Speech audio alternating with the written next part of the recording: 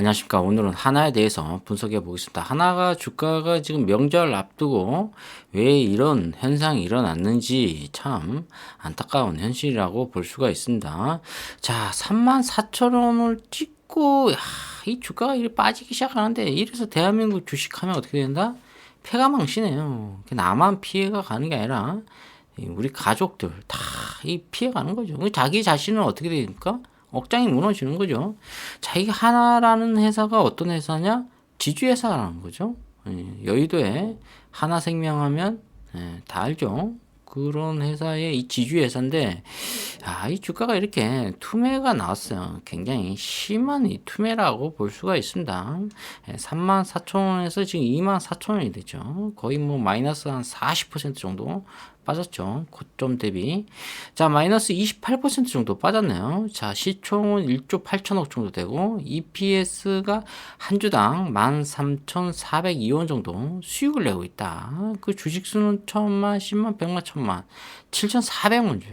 외국인은 13.91%, 신용 비율이 0.78%, 코스피 200이 안에 들어와 있네요. 자, 이 하나가 근데 PER이 지금 1.8 정도 나왔어요. 자, 뭐 하나의 적정 주가는 25,000원이라고 볼 수는 있어요. 왜 25,000원이 빠지면 깨지면 무조건 매수 타임이라고 볼 수가 있어요. 지금 일봉 차트를 봤는데, 그리고 주봉 차트를 봐도 역시 25,000원이에요. 25,000원에 바닥을 찍으면 반드시 이렇게 상승이 나온다. 굉장히 급등이 나온다고 볼 수가 있죠. 여기서는 코로나였었는데 역시 25,000원이 여기죠.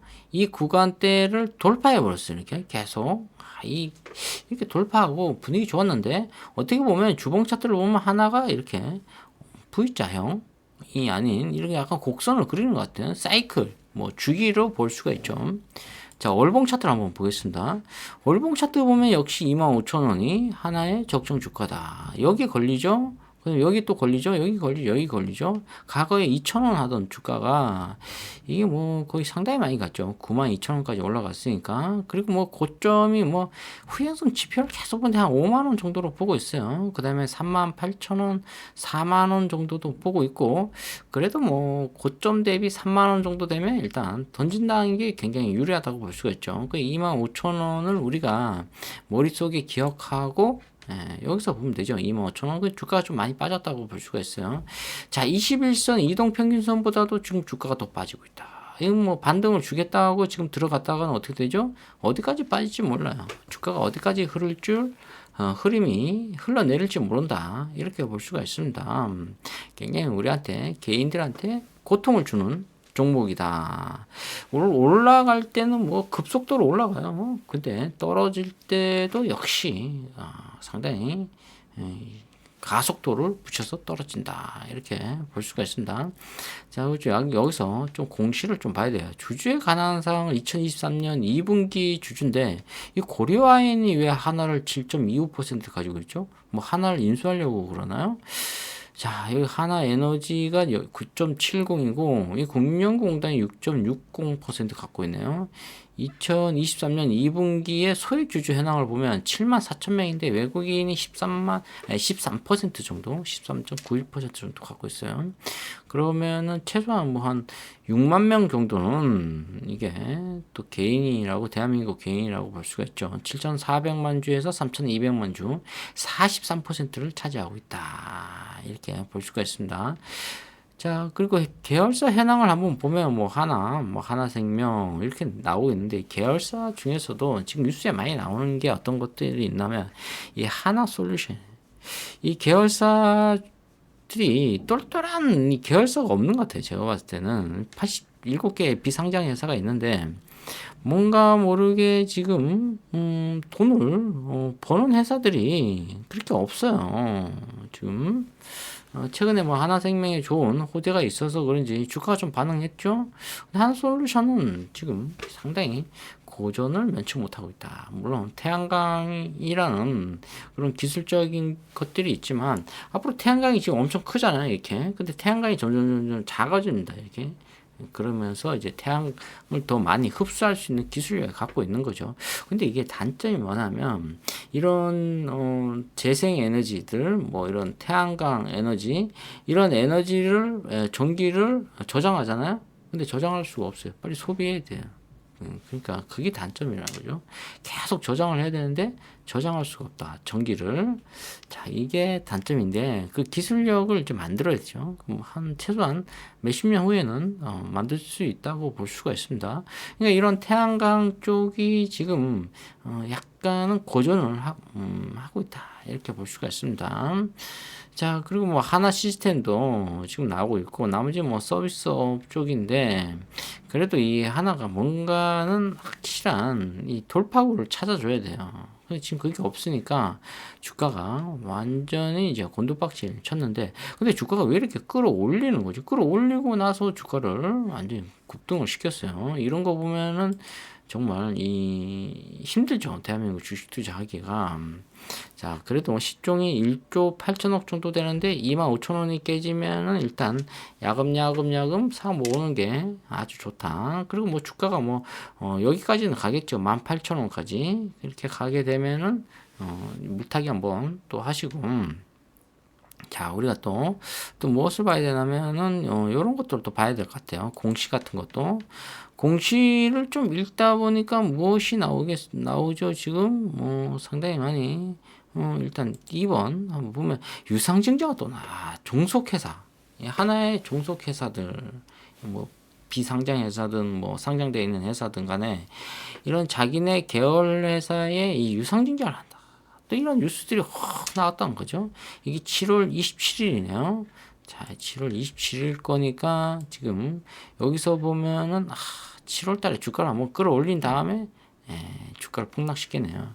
역시 이런 유상증자를 나오게 되면은 주가를 한번 세게 흔든다.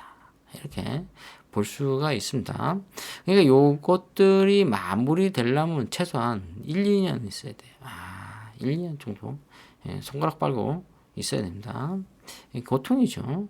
그러니까 우리는 한 25,000원 아래에서 매수해서 한 3단계로 매수하시면 되죠. 뭐 25,000원에 한번 한 10주 샀다가 그 다음에 또 10주 샀다가 계속 10주씩 이렇게 사 모으는 거죠. 어디까지 보고 있다? 18,000원대까지. 언제까지?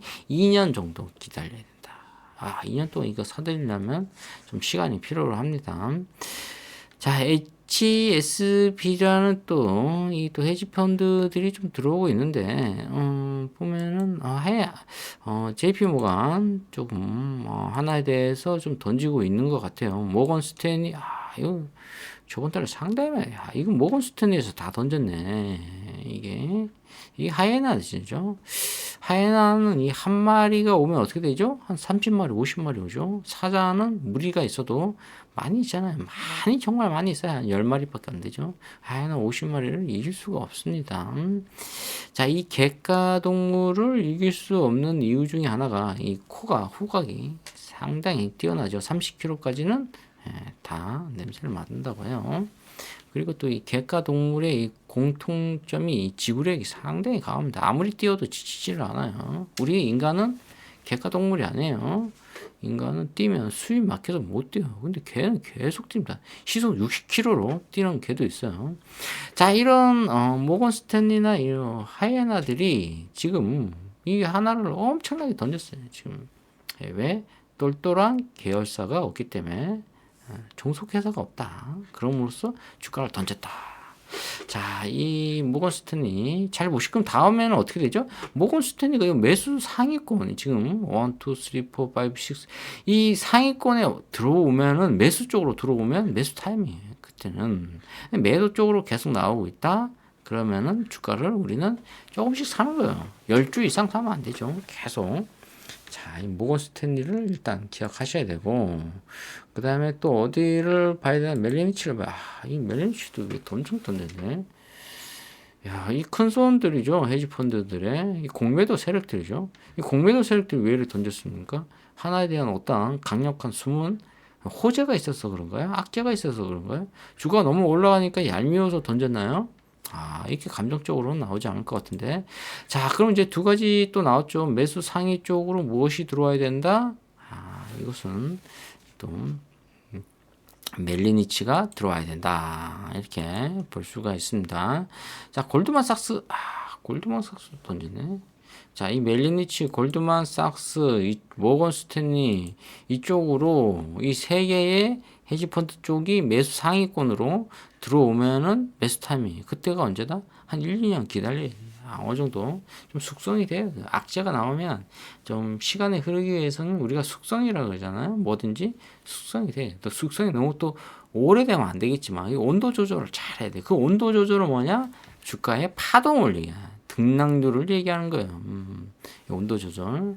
온도가 너무 높으면 다 썩어버리죠. 또 온도가 낮으면 숙성이 안 되고 얼어버리는 거예요. 또 공기순환 이런 것들이 잘 되기 위해서는 계속 무엇을 섞어줘야 되겠죠. 그래서 와인이나 뭐 와인 같은 거 한 병 비싼 거는 거의 300만 원이라고 할 수가 있어요. 그럼 뭐 한 10병이면 3천만 원인데 오직해서는 그 와인 냉장고가 나오겠습니까? 우리 생애 와인 한 병 300만 원에 먹을 수 있나요? 못 먹죠. 마트에 가면 15,000원, 5,000원짜리 먹을 수 있습니다. 자, 그런 것들이 굉장히 오랫동안 이 기술력을 갖고 있고 숙성의 기간을 두고 있는 거죠. 자, 한 2년 정도를 우리가 숙성의 기간이다. 그리고 온도 조절 이런 거를 잘 하셔야 된다. 그리고 대한민국의 이 단점이 뭐냐면 좀 외국처럼 문어발식으로 상장되면 안 돼요. 계열 회사가 그냥 하나만 하네.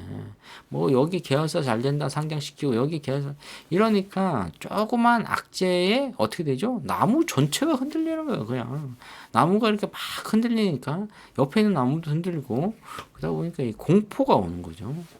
우리나라 주식을 좀 개선을 해야 된다. 이렇게 볼 수가 있습니다. 자, 오늘 하나에 대해서 분석해 보겠습니다. 좋아요, 구독 팍팍 찍어주시면 감사하겠습니다. 감사합니다.